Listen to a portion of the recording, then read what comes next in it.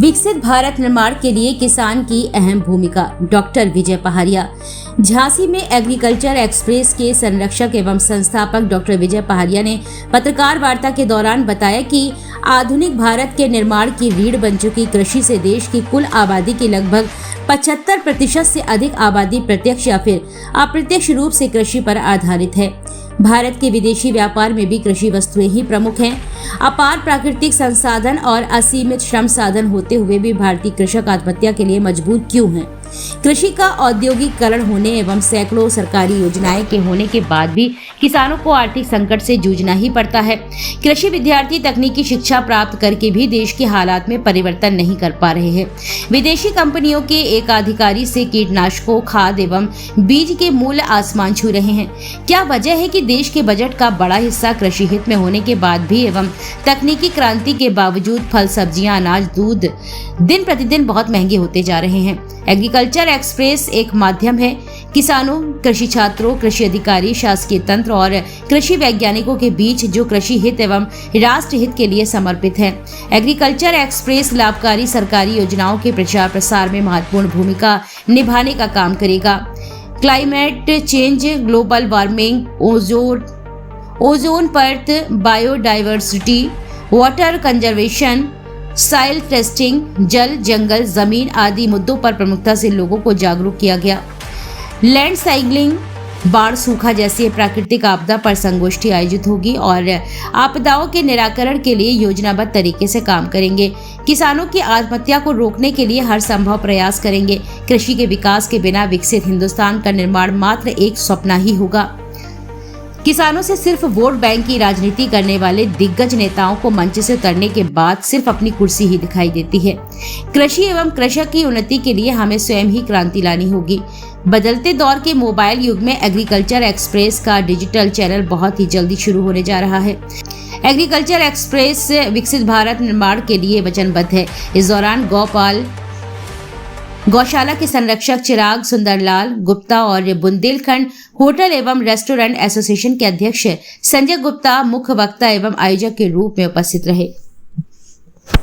नमस्कार पत्रकार साथियों, आज एग्रीकल्चर एक्सप्रेस के लिए हमने ये पत्रकार वार्ता रखी है और एग्रीकल्चर एक्सप्रेस एक ऐसा माध्यम है जो कृषि छात्रों के बीच में, कृषि अधिकारी के बीच में, कृषि व्यापारी के बीच में और किसानों के बीच में एक प्लेटफॉर्म है जो जिसको जहां जरूरत पड़ेगी हम उस व्यक्ति की वहां मदद करेंगे। जो मैक्सिमम हम कर सकते हैं, हमारी टीम, हमारे लोग, हमारे साथी उस कार्यक्रम को करेंगे। दूसरी बात, जो सरकार की और प्रदेश सरकार की योजनाएं हैं, उन योजनाओं को जो आसानी से वहां तक नहीं पहुंच पा रही है, किसानों को जानकारी नहीं है, किसी के पास नेटवर्क नहीं है, किसी के पास टाइम नहीं है, तो हम आसानी से उनको समझा पाएंगे क्या क्या डॉक्यूमेंट उनको चाहिए, क्या क्या उनको उस काम योजना में जानने के लिए कहां से क्या उपलब्ध होगा, ये सब जानकारी हम उनको उपलब्ध कराएंगे। हम ये काम झांसी से शुरुआत करके बुंदेलखंड से होते हुए पूरे देश में करेंगे। हमारा लोगो है समृद्ध किसान, समृद्ध भारत। हम लोग किसानों के लिए हर स्तर पर काम करने का प्रयास कर रहे हैं और मेन क्या है कि किसानों को, जैसे हमारे साथियों ने बताया कि किसानों को जानकारी है, लेकिन जानकारी डेली अपडेट होती रहती है। आज जो वैरायटी आपके लिए सूटेबल है, कल वो वैरायटी आपके लिए क्षेत्र में सूटेबल नहीं है।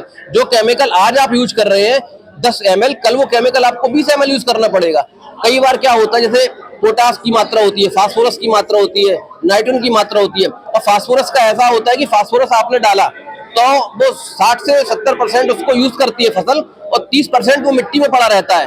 तो वो 30% के लिए क्या है कि अगर हम हम फास्फोरस कल्चर डालते हैं तो उस कल्चर से वो 30% भी यूज हो जाता है। तो ये टेक्निकल चीजें किसानों को नॉलेज कम है, तो इन टेक्निकल चीजों से हम उसकी उर्वरा का जो खर्चा है वो बचेगा। सॉइल टेस्टिंग के बारे में जी, एक्सप्रेस तो बहुत दिनों से शुरू है, कोरोना काल में बंद कर दी गई थी इसको।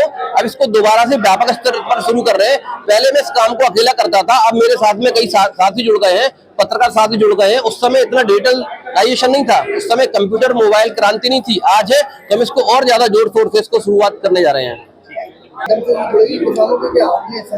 ये देखो, ये टोटल प्राइवेट है। हम सरकार की योजनाएं जो है, जो सरकार की योजनाएं ऑलरेडी मोबाइल में है, फेसबुक पर पड़ी हुई है, जो ऑलरेडी प्रसारित है, लोगों को लेकिन जानकारी नहीं है। अभी 45 योजनाएं, जैसे कि चिराग जी ने बताया कि 45 सरकारी योजनाएं चालू है, लेकिन आप पूछ लीजिए कितने लोगों को जानकारी। मुझे भी उतनी 45 योजनाओं की जानकारी नहीं है। तो जब उन योजनाओं की जानकारी हमें योजनाबद्ध तरीके से किसान को पहुंचाएंगे तो उसको उसका फायदा मिलेगा।